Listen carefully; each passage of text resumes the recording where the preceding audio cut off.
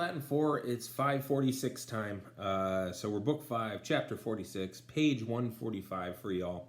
The last chapter, very, very short because we got it done. Caesar got the message. The one prior to that, very, very long because it was a really cool story. So here we are in 546, and notice who starts the whole thing in the nominative, Caesar. And what I love is the end of this page has he was knowing. Everything in between is everything Caesar knew, right? So Caesar, once he had received the letters, around the 11th hour of the day, so again, it's wintertime, so let's say that the sun comes up 7-ish, maybe 8. 9, 10, 11, 12, 1, 2, 3, 4, 5, 6, 7 o'clock. So it's probably close to dark, okay? He immediately sent, notice he's immediately doing things. He's immediately moving. Just quick, decisive, here we go. He immediately sent a messenger, and actually notice this is all present tense and indicative. Like he is moving, so this is the historical present. He immediately sends a messenger to the Belovaci territory, to Marcus Crassus. And if you look at your map, you can start to see where things are.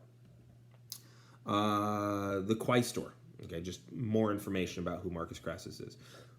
This is the son of Crassus, who will then go with his father the next year. And this is how a triumvirate works. I marry my daughter off to this guy, I take this guy's son in to work with me, and I keep these two guys happy, okay? So whose winter quarters were 25 miles away from him. So now we can figure out where Caesar was. Caesar orders a legion to set out in the middle of the night and to come quickly, okay, to him. So he's telling Crassus, send me your legion now. I need a legion from that territory now, okay? So he's already moving things around. Crassus leaves with the messenger. Okay. In other words, like as soon as he gets the messenger, he takes off with him. He sends, he being Crassus. Caesar does this. Caesar sends another messenger to Gaius Fabius. Gaius Fabius, should lead one legion into the territory of the Atrebates. Okay, and again, look at your map. Where he, Caesar, knew that he, Caesar, would have to make a journey. So in other words, he's saying, hey, send a legion there first, make my trip quicker, okay? Protect that route, because people are getting ambushed, because the letter that Cicero sent probably would have included the information about the ambush and everything. So Caesar is not only saying, hey, let's make sure the routes are secure, but also let's make sure that everybody's moving around properly. Where Caesar knew that he would have to make a journey. He then writes to Labanus. Now remember, Labanus is Caesar's guy during this whole war. He loves this guy. Sends a letter to, but this is really about the tragic, spoiler alert, I'm just kidding. But this is really about the badassery of Cicero too. Okay, so and what a coincidence that Caesar's trying to get Cicero's brother on his side. But he does love Labanus, so he sends a lot of information about Labanus here. He writes to Labanus, if he, Labanus, is able to act for the Republic, then he, Labanus, should come to the territory of the Nervii with a legion.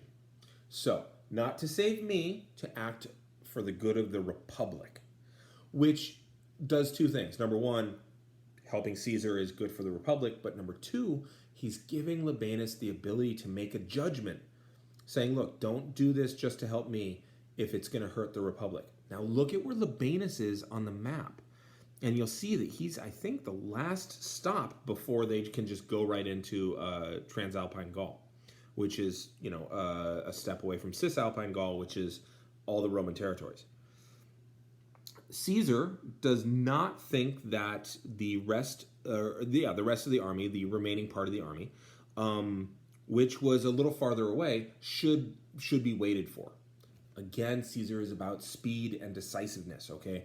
All safety lies in speed, which is, if you think about this, doesn't this essentially fall in the face or fly in the face of what Sabinus and Cotta were talking about?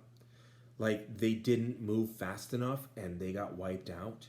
And then everybody else has acted quicker and quicker and quicker. And now you got Caesar going, we got to go. I don't care if I don't have an army. We got to get people there. So get me a legion and they will come up and they'll reinforce me, but get it moving, right?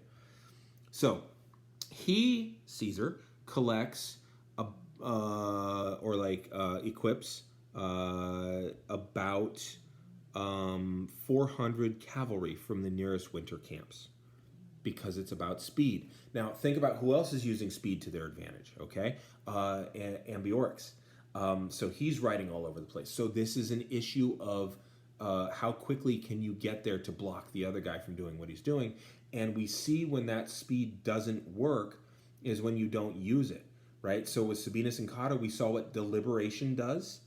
Sometimes you just have to act fast, which I just want to point out, Caesar is kind of making the case for why you need to have a dictator.